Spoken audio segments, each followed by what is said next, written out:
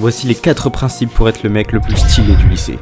Principe numéro 1, contrôle tes pulsions par la raison.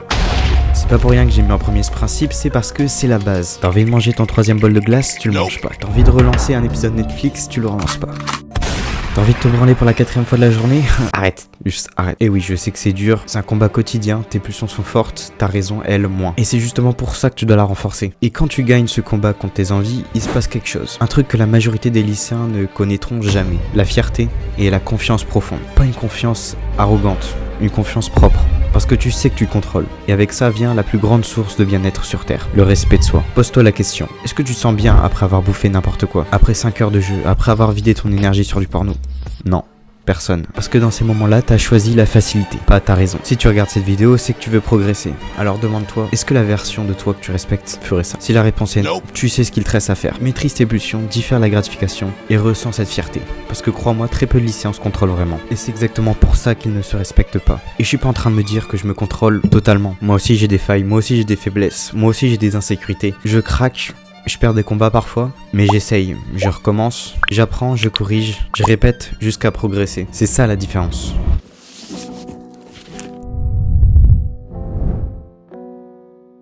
Regarde autour de toi, tes profs, les gens de ton lycée et même ta famille. Qui prend réellement soin de son corps? Très peu. Et je dis pas ça pour rabaisser qui que ce soit, je dis ça juste pour que tu prennes conscience. Tu vas passer toute ta vie dans ton corps.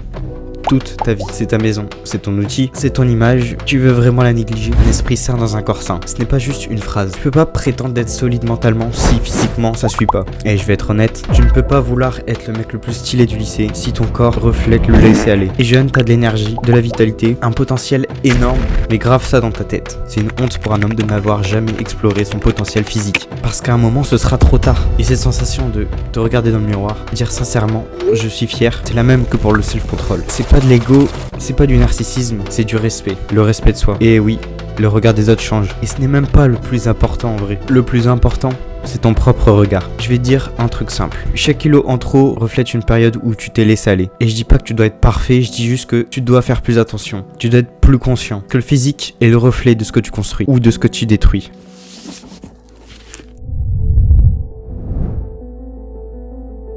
S'il y a bien une chose qu'on ne pourra jamais te retirer, c'est ce que tu sais. C'est ce que tu sais faire. C'est ton savoir-faire. Prends une seconde.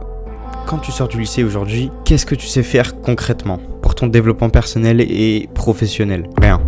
T'as rien appris de concret. Alors c'est un devoir de développer des savoir-faire, des compétences en dehors. Si tu développes aucune compétence en dehors de ce qu'on t'impose, tu restes dépendant. Alors, deviens brutalement compétent. Choisis un domaine, un seul suffit, et deviens imbattable dedans. Sport, montage, code, musique, cuisine, peu importe, mais sois sérieux. Travaille tous les jours, pas que quand t'es motivé, mais tous les jours. Et imagine, tu deviens riche, et du jour au lendemain, on te retire tout. Argent, statut, réseau, il te reste plus rien. Si t'as les compétences, tu peux tout reconstruire. Parce que la richesse n'est pas l'argent, c'est la capacité à en créer. Et ce n'est même pas une question d'argent, c'est une question d'accomplissement personnel. Le sentiment de progression, de maîtrise, de fierté. C'est ça qu'on devrait chercher plus que la validation, plus que l'illusion d'être cool. La compétence crée le respect. D'abord le tien, puis celui des autres.